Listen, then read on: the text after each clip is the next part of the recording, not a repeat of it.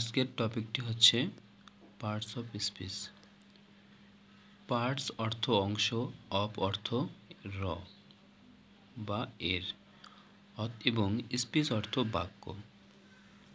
সুতরাং parts of speech হচ্ছে বাক্যের অংশ। বাক্যে ব্যবহার অনুযায়ী অর্থ প্রদানকারী বিভিন্ন শ্রেণীর ওয়ার্ডগুলোকে পার্টস অফ স্পিচ বলে। A quick brown fox jumped over the lazy dogs বাক্যটিতে এ থেকে জেড পর্যন্ত 26টি লেটারই আছে।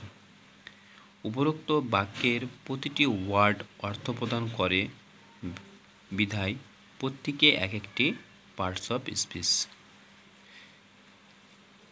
এ ম্যান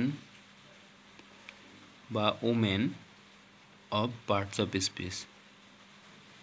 ট্যালেন্টেড বা গুণী বা প্রতিভাবান ব্যক্তি। A man oblique woman of parts, এর অর্থ ট্যালেন্টেড। এখানে একটা আসছে he is a man of parts. A man of parts এর অর্থ গুণী বা প্রতিভাবান ব্যক্তি। Man of parts means talented, talented গুণী।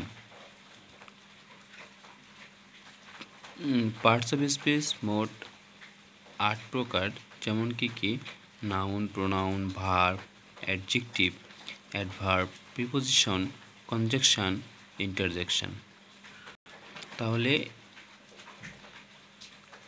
ট্রেডিশনাল গ্রামার এর পার্টস অফ স্পিচকে মডার্ন লিঙ্গুইস্টিক্স এ ওয়ার্ড ক্লাস বলা হয়। ওয়ার্ড ক্লাসগুলো হচ্ছে noun, pronoun, verb, adjective, determiner, adverb, preposition, conjunction, interjection,